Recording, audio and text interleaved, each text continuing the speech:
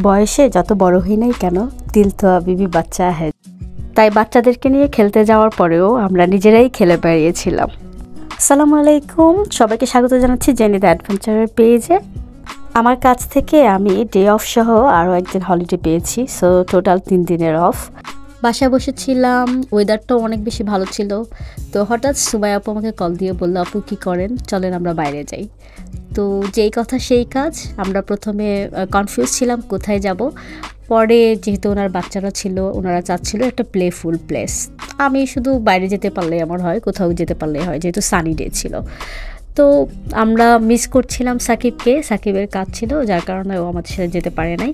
তো সুমাইয়া আপু ফ্যামিলি আর আরেকজন সুমাইয়া আপু ফ্রেন্ড, ওনারা সহ সবাই আসলো। তো আমরা সিলেক্ট করলাম হাইফিল্ডে এর আগে অনেকবার যাওয়া হলেও কখনো বোটে ওঠা হয়নি। সুমাইয়া আপুদেরও সেম কেস, ওনারাও এর আগে অনেকবার গিয়েছেন বাট কখনো বোটে ওঠেন নাই। তাই আমাদের প্ল্যান ছিল আমরা যদি যাই তাহলে অবশ্যই আমরা সবাই মিলে বোটে উঠবো। বাইরে এত গরম ছিল, টেম্পারেচার ছিল 20 ডিগ্রি সেলসিয়াস। আমি জানি অনেকে বলবে আরে 20 ডিগ্রি আবার কি, কারণ বাংলাদেশে যে 43-44 ডিগ্রি পর্যন্ত রিচ করছে সেটাতে 20 ডিগ্রি বাংলাদেশের জন্য কিছুই না। বাট এখানে 20 ডিগ্রিতেই একদম মনে হচ্ছিল যে গা জ্বলে যাচ্ছে। তবে আমরা অনুমান করছি এবার বাংলাদেশের মতো এখানে অনেক বেশি গরম পড়বে। যাই হোক, আমরা দুপুরের খাওয়ার পরেই আমরা রওনা দিয়ে দিয়েছিলাম। তো আমরা সেখানে 3:30টার মধ্যে পৌঁছে গেছিলাম। তো বাচ্চারা প্রথমে খেলাধুলা করলো, ওখানে অনেক রকমের বাচ্চাদের খেলার অনেক কিছু ব্যবস্থা ছিল। আর আমরা সিমি আপুদের জন্য ওয়েট করছিলাম, ওনারা কাজ শেষ করে সবাই মিলে আসতেছিলেন। যখনই সিমি আপুরা আসলো আমরা প্রথমে প্ল্যান করলাম আমরা বোটে উঠবো। আমরা অতটা দেরি করতে চাইনি বোটে, কারণ সিমি আপু ওনার হাজব্যান্ড দুজনই রোজা রাখছিলেন।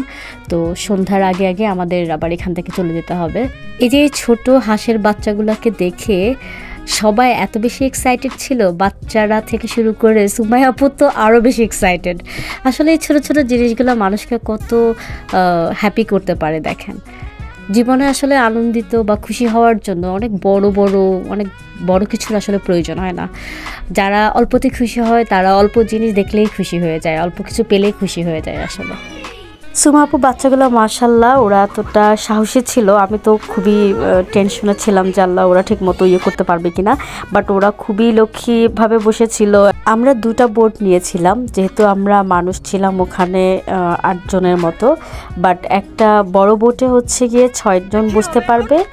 আর যেহেতু 6 জন, আমরা ওভাবে করে ম্যাচ করে আমি সুমা আপুর ফ্যামিলি একটা বোটে উঠলাম। সিমি আপুরা যেহেতু 3 জন ছিলেন, তো ওনারা 3 জনের একটা বোটে উঠলেন।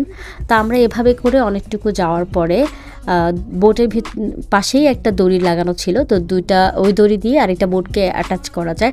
তা আমরা এভাবে করে অ্যাটাচ করে একসাথেই পুরা অনেকটুকু জায়গা ঘুরে বেড়ালাম। যেহেতু বোটটা আমরা নিয়েছি 1 ঘন্টার জন্য, তো আমরা মেবি 1 ঘন্টারও বেশি ছিলাম। সব কিছু মিলিয়ে বোটে থেকেই আমরা এত বেশি মজা করেছি, হাসাহাসি করেছি। এদিক দিয়ে সন্ধ্যা হয়ে যাচ্ছিল, তো যেহেতু আপুদের রোজা ব্রেক করতে হবে তাই আমরা তাড়াতাড়ি করে বোট থেকে নেমে যাওয়ার সিদ্ধান্ত নিলাম। বোট থেকে নামার পর বাচ্চারা আবার বায়না করলো ওরা আরেকটু খেলবে। তো আমরা ওখানে গেলাম, ওরা খেললো, আমরা একটু গল্প করলাম। বাচ্চাদের সাথে সাথে আমাদেরও খুব বাচ্চামি করতে ইচ্ছে করলো। আমরা বাচ্চাদের স্লাইডারে উঠলাম, উঠে আসলে এটা খুবই মজার ছিল। অনেকদিন পর সেই ছোটবেলার স্মৃতি মনে পড়ে গেল।